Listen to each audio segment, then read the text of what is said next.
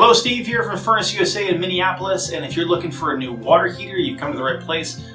We do a lot of different types of water heaters, including tanks and tankless and electric water heaters, and a whole bunch of other kinds.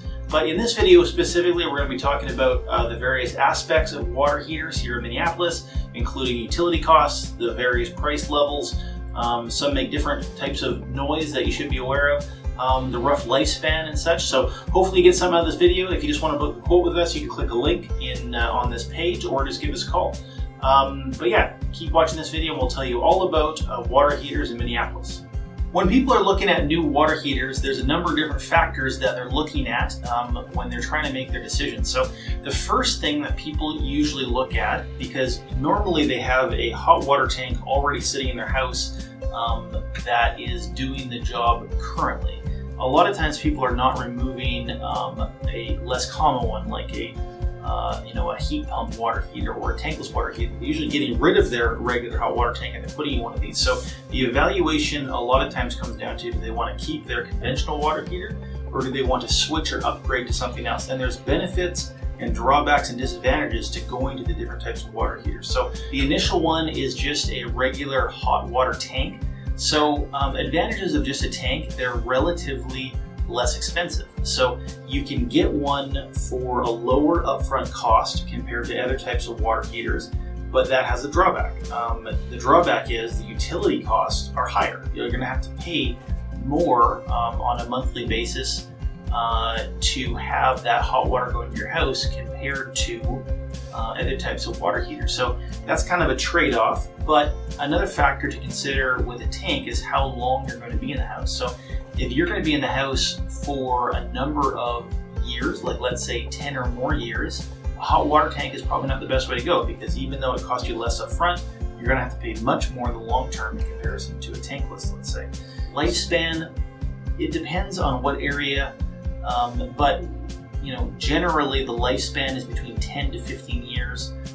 There's some little pockets where when groundwater is really, really bad, where it can shorten the lifespan, but generally 10 or 15 years is a decent rule of thumb, sometimes shorter, unfortunately. So the other most common type of water heater that people want to get and are looking for is the tankless water heater. So there's been a massive surge in tankless water heaters over the last number of years. Tankless water heaters, also called on-demand water heaters, around the world are the most common type of water heater, but in North America, they've been relatively slow to catch on. But there's huge advantages to tankless water heaters.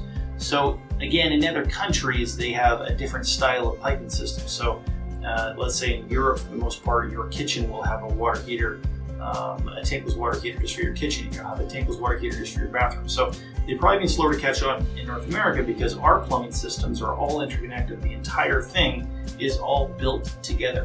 What that means is you need to have a much bigger, more powerful water heater.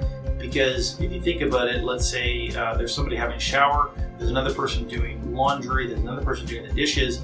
This tankless water heater has to be able to instantly come on, deliver all of those different taps running simultaneously, and then turn back off. So we need to have much more powerful water heaters here. So the first consideration for tankless, don't mess around and get the most powerful one that you can. You can always turn a tankless water heater. You can just use part of its capacity, but if you buy one that's too small, there's nothing you can do. You need to basically put in a secondary tankless or add a hot water tank to help the tankless, which then you've wasted all of your money down that direction. So advantages and disadvantages towards a tankless: utility costs, absolute rock bottom that you can get in terms of gas water heating. So for a water heater, if you're looking at comparison to a hot water tank versus a tankless, the water heater that's a tankless will sometimes cost you less than half.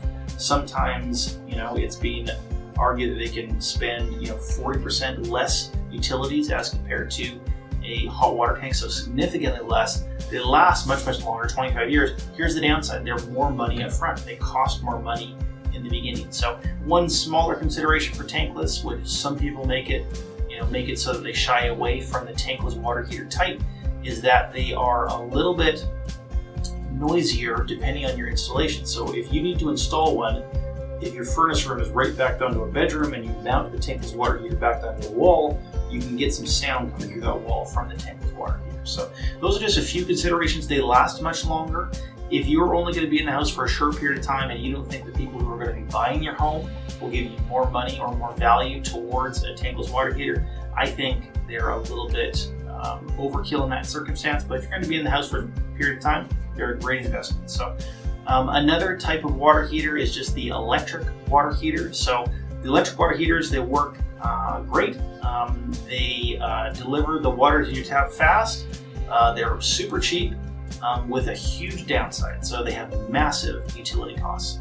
So the highest utility cost that you can possibly get of the different types of water heaters.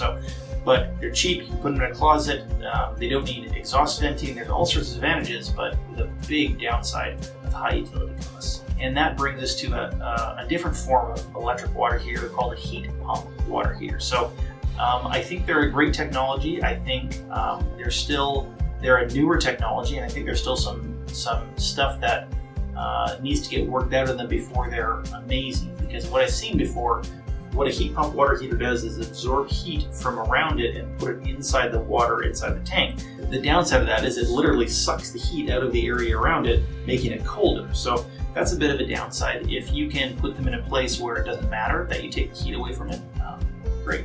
A downside to them, they're expensive, right? They cost as much or more than a tankless sometimes, but they only have the lifespan of a regular tank. So I'm not a huge proponent of them. In my opinion, personally, I'm not a huge proponent of a heat pump water heater at this point in time.